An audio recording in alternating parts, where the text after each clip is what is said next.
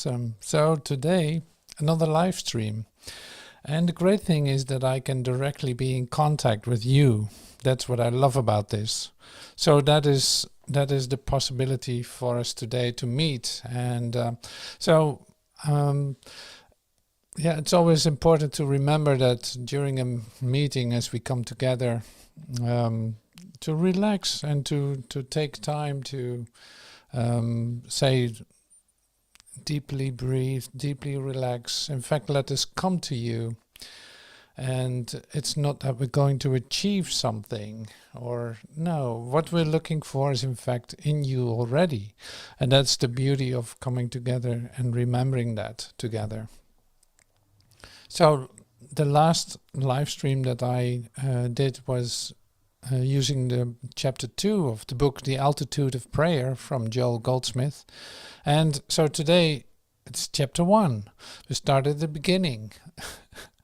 And so you can, this is a free gift. It was a free gift of Acropolis Books, joelgoldsmithbooks.com, where you can actually stream the books or look at the books online, like an electronic library.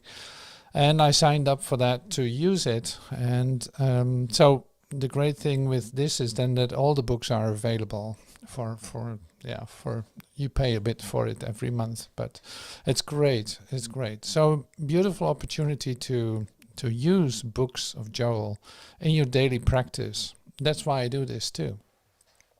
But this free chapter was given in January this year, and but I didn't share it with you, and I love to do that. And why? Because we're in the middle of this process. Like, you watch the videos on YouTube, or you read books of Joel, who knows? Or this might be your introduction to it. That's it, really lovely too.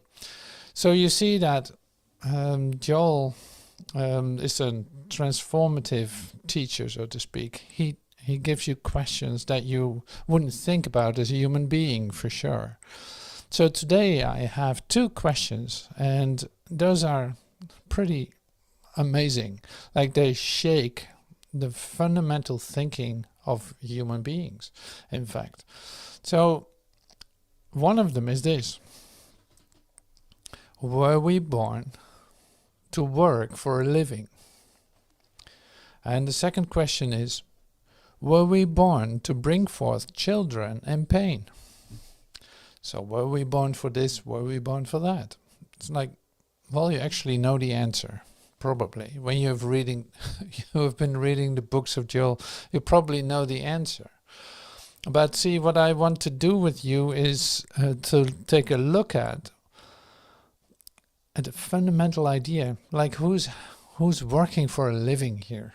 So raise your hand if you do so. It's like, oh yeah, I'm doing that. I'm working for a living. Yeah, right. So did you bring in children into this world, into pain? Did you bring in children? Yes, I did. Yeah, absolutely. See, all these things we were taught to do. We seemed to didn't know any better. And did it give you what you expected it to give you? Did you think that you had to do it? Do you still think that you have to do it? See, these are fundamental questions that Joel is actually exposing us to. And I love to stand still with that, with you, for a moment in this a bit like an uncomfortable place. Because it's like, yeah, working for a living, how else am I going to make ends meet? And how else am I going to do this and that? Like, all these questions that you put up are literally your defense to not accept this, what is being asked. Like, of course we were not born to work for a living. Of course we were not born with an idea of, okay, now I got to sustain myself. I got to, say, buy a house or build a house. I got to do this and this and this and this so that my life is secure. Like, well, see, that seems to work for a moment. But you see, it's not the end of the story. So in the middle of your, what you call your life, you see that things start to fall apart, that things are not working, and you expected it to work and you wanted it to work and you try to make it work, but at the same time you feel that it's not going effortlessly, it's like it takes a lot of energy. So I think it's great to be, to feel yourself a little bit vulnerable in this, and also to see like, oh my God, what have we been doing and what for? Because basically what we're talking about here is the purpose of why are you here? What are you doing? So if you still have your goals set in trying to achieve this, then you miss your true purpose here, which is coming to the place of remembrance, of a conscious contact with God. Like, that is your natural state. That's why you feel the best, It's like, if you're not in a state of grace, you're out of your natural environment. So how do I get into the state of grace? How do I get into the place where I actually start to remember God? This is exactly the question from chapter 1. It's like, how do I get into the direct communication with everything that is the communion with your Creator? That what you remember, what you can remember actively in this moment as taking place, as the most natural thing that can happen to you in this moment. We're not talking about a life, like a life of 70 or 60 or 80 years or 20 years. No, we're talking about this moment. So this is the practice that we do with practicing the presence, the practice that we do with praying, in fact. The altitude of prayer. That's the title of the book. So how do you pray? So Joel says in the beginning, and this is just as an example, it's like bringing it back to the idea how he was raised to pray was like, okay, God, I hand myself over to you. I will be like sleeping and I will not be able to defend myself in any way. So I surrender myself into your care. See, and he said, like, it's more like that's one of the highest forms of prayer that I could do at that point, because it's like I surrender myself to something that I can rely on, even though I'm sleeping, So here's the same thing then with us, being in this transformative process, which is undeniably true. It's like a transformative process going from an unconscious idea of thinking that you need to work for a living here, thinking that you need to bring kids into this place and say in pain, and thinking that you have to do that. We need help in this. Like, we need help even though we're sleeping, in fact, not being aware of the direct communication with our Creator all the time, and thinking that there's a real alternative to this, our daily life, which is pretty amazing that we think that. So here we have the possibility to pray, to hand this over, to hand our situation over, just by handing it over, not asking God for anything like, okay, God, well, can you restore this? It's like, no, we're going to open ourselves up for the communication that is already there. But we need help with that. We cannot do this alone. So it is going to be given to us. In the moment that we're able to receive that, it will happen. And so that is the beauty of the altitude of prayer, but also from the first chapter. Like, some real fundamental questions are being asked and answers are given. So if you have a possibility of checking the first chapter out, that would be great. But for this moment,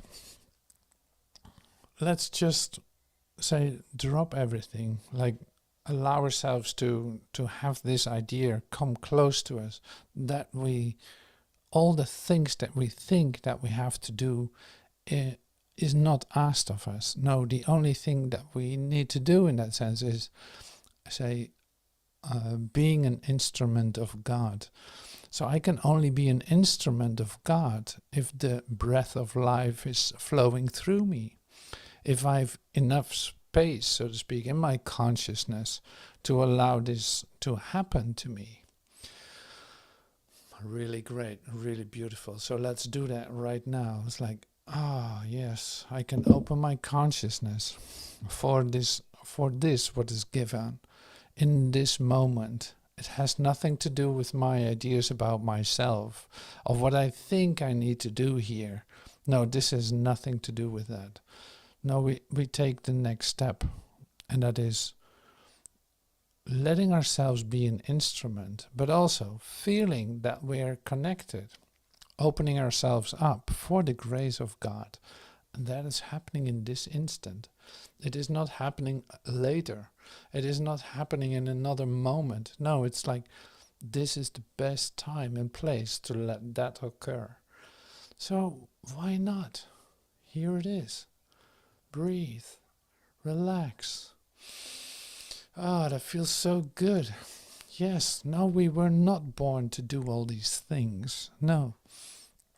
This is about a remembrance of the truth of who you are, of this what is given to you in the moment, letting this moment be complete and whole, and our presence in God, like, let it shine, let it happen to you, let it receive it. So I love this that is given, and I'm really happy that you participate in this, trying to peek beyond what you think is the normal modus vivendi here. It's like, no, that is not what it is. Let it go. Relax into this. Take time to pray, in the sense of take time to sink into that stillness and to breathe, and let yourself surrender yourself into the care of God, instead of trying to make this work. This will never work. You never fit it here anyway.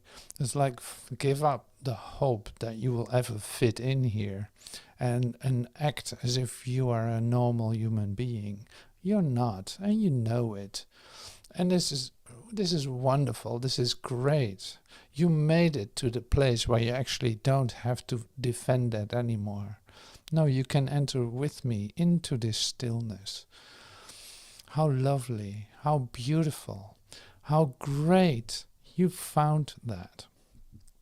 So thank you for joining me in this beautiful moment together. I will be playing a little song here, and then leave you, and wishing you a very nice day. And so I'm turning on my music, and here we go. Thank you so much, and have a wonderful day. I love you. Thank you.